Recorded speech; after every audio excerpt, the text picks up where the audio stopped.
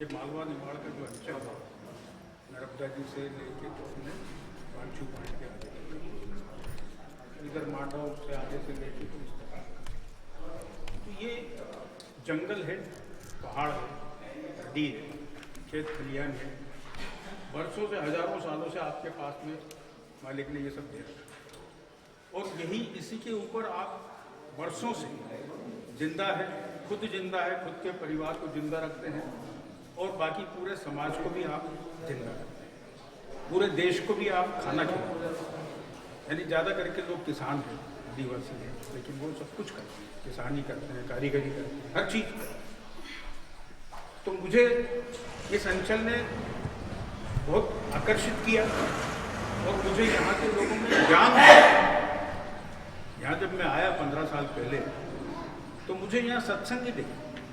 मतलब इस पूरे इलाके के अंदर छोटे छोटे गांवों के अंदर सत्संग करने वाले लोग रहे और ये सत्संग करने वाले लोग छोटे छोटे किसान हैं, आदिवासी हैं, कारीगर है, छोटी छोटी दुकानदारी करते हैं। यानी इनके पास में जो ज्ञान है वो ज्ञान मुझे बड़ा मतलब जिसे बोलते हैं खजाना लगता है कि इनके पास अथाह ज्ञान है। अब इस ज्ञान को हम किस तरीके से दें? जैसे महाराज जी ने अभी सुबह प्रवचन दिया था और इनसे प्रवचन सुनते रहे हैं कि ये ज्ञान होता क्या है, किस चीज को अपन ज्ञान बोलते हैं।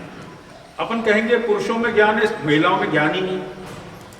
ऐसा नहीं कह सकते, क्योंकि महिला जो है, महिला का ज्ञान अगर अपन देखेंगे तो वो छोटा बच्चा जब पैदा होता है उसको बड़ा करना, बड़े बुजुर्गों को देखना, घर को देखना और घर के अंदर एक ऐसा वातावरण बनाना कि भाई भाई से न लड़े, बेटा बाप से न लड़े। खेती बाड़ी का काम करने वाला मेहनत करता है तो ये भी दो हाथ बढ़ाती है और पूरे घर को देखती है।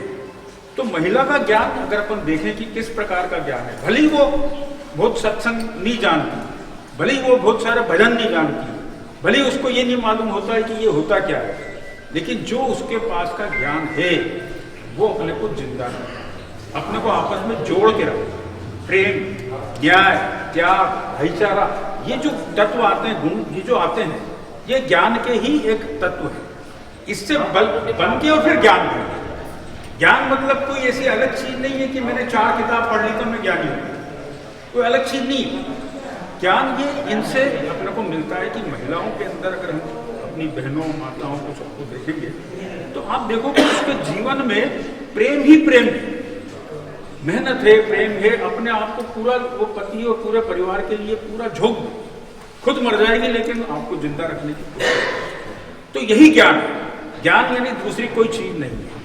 अब इस ज्ञान को किसके पास ही ज्ञान है? जैसे मैंने बताया कि अपने गांव के अंदर देखते हैं कि महिलाओं के पास ज्ञान है, तो वैसे ही आदिवासी के पास, किसान के पास, कारीगर के पास, जो अपने ज्ञान अपनी बुद्धि से वो सब करते रहता है, उसके लिए वो किताब पढ़ने नहीं जाता। कोई भी ऐसा आदमी अपना खेती किसानी नहीं करता है जो मैं किताब पढ़ के आया फिर बोता हूँ, किताब पढ़ के आया फिर मेरे को पानी ज़्यादा गिर गया क्या कर दे या ढूंढ रहे।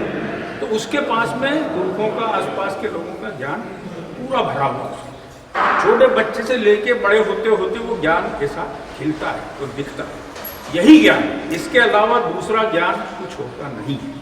और इसलिए मुझे ये लगता है कि ये इतने ज्ञानी है और फिर इतना सत्संग के माध्यम से भी परमात्मा से जुड़े हुए हैं, तो ये पूरे दुनिया को, मैं छोटी बात नहीं कर रहा हूँ, आप पूरी दुनिया को दिशा दिखा सकते हैं कि दुनिया को किस दिशा में बनना चाहिए, दुनिया कैसी चलना चाहिए, हमारे गांव कैसे होना चाहिए, हमारे शहर कैसे होना चाहिए, हमारे गांव शहरों में आपस में संबंध कैसे होना चाहिए, ये इनके पास में ज्ञान है। केवल किसानी का नहीं, इनके पास में पूरे देश को चलाने का ज्ञान है। तो इस ज्ञान को इज्जत के हिसाब से देखना पड़ता है। हम यदि आपके अंचल के लोगों के ज्ञान को इज्जत देना चाहते हैं, यदि हम उसको मान सम्मान और उतना ही कीमत, उतना ही मूल्य देना चाहते हैं जितना किसी पढ़े लिखे के पास होता है। मैं खुद प्रोफेसर था, मतलब पूरी जिंदगी मेरी कारखानों में, और चूंकि इंजीनियर था तो इंजीनियरिंग साइड गई, तो मुझे किताबों के अंदर क्या ज्ञान या कॉलेजों में क्या ज्ञान होता है, विश्वविद्यालय में क्या ज्ञान होता है, कहाँ से आता है, कैसे वो करता है, इसकी थोड़ी माहिती। और ये जो ज्ञान होता है जो बता रहा हूँ, पढ़े लिखे का ज्ञान जिसको हम बोलते हैं, विश्वविद्यालय का ज्ञान, उस ज्ञान से यहाँ के लोगों के ज्ञान का थोड़ा सा अंतर है। यहाँ के लोगों के पास के ज्ञान में न्याय, त्याग, भाईचारा, प्रेम ये दिखे। और ये जो पढ़े लिखे लोग होते हैं ये ऐसी दुनिया के पीछे भाग रहे हैं, पैसों के पीछे ऐसे भाग रहे हैं कि उनमें मनुष्य को प्रेम लेने के पास में कुछ बचे ही नहीं। परमात्मा से जोड़ने की बात ही नहीं करते। कैसे 1 लाख से 2 लाख कैसे बनाना, इतनी बात अगर तू करता है तो साथ में बैठ, तो भैया तू जा, कोई काम का नहीं। केवल एक ही चीज जिंदा है कि पैसा मेरा डबल कैसे करता है, बस उसके पीछे उसका ध्यान है, उसके लिए कोई उसको भागी जाए। तो उस ज्ञान में और इस ज्ञान में, लेकिन उस ज्ञान को मान है, सम्मान है, पैसा मिल रहा है, मूल्य है, आप कहीं भी जाओ तो आइए साहब बैठिए, सब कुछ। हमारा ये जो ज्ञान आंदोलन चल रहा है, ये ज्ञान आंदोलन इस बात पे चल रहा है कि इस ज्ञान को, जिसको हम लोक विद्या कहते हैं, ये लोक कहलाता है, जिसमें आदिवासी, किसान, महिलाएं सब ये लोग, इनका ज्ञान लोक विद्या का ज्ञान। इस लोक विद्या के ज्ञान को उतना ही मान, सम्मान और मूल्य मिलना चाहिए, और इस ज्ञान के बल पर हमारे देश की दिशा, देश कहाँ जाए, देश में कैसे रोड बनना चाहिए, देश में अस्पताल कैसे बनना चाहिए, देश में थाने कैसे बनना चाहिए, देश में जो भी चीजें चलती है वो कैसे बनना चाहिए, वो उस ज्ञान में बनना चाहिए। अगर आपके ज्ञान में बनती तो अस्पतालों की फीस इतनी ज्यादा नहीं। आज इंदौर के अंदर जाएंगे 50 अस्पताल है, हर अस्पताल के अंदर जब आप किसी भी कारण से अगर गए तो ये मान के चलो 25-50 हजार रुपए की जेब कटेगी ही कटेगी, वो बीमारी हो या नहीं। तो उस ज्ञान में पैसा कमाने की बात। अगर अस्पताल आपके ज्ञान पे बनेंगे, अगर आपके ज्ञान पे अस्पताल बनता है तो वो सेवा भाव उसमें मुख्य रूप है। उसमें आपके पास पैसा है या नहीं है, आपका इलाज हो, उसमें भाईचारा दिखेगा। तो ये बात है। तो ज्ञान में, ज्ञान आंदोलन का मुख्य उद्देश्य है कि हम अपने ज्ञान को बाहर लाएं, हर एक के पास ज्ञान है, वो बोले कुछ न कुछ अपना तरीका बताए कि इस ज्ञान को हम आगे कैसे बढ़ा सकते हैं। और हर साल ये ऐसी यात्रा निकालें। फूल सिंह भाई, ये घनश्याम भाई और बाकी इनके जो साथी लोग यहाँ बैठे हैं, ये अगर सब एकजुट हो, एक मुट्ठी बन जाए कि सबके ज्ञान को हमको एकत्र करके और फिर आगे लाना है, तो फिर ये कुछ संभव हो सकता है कि मैं बात करूँ। नहीं तो ये मुश्किल काम है कि उनके ज्ञान के बराबर हमारा ज्ञान सम्मान है।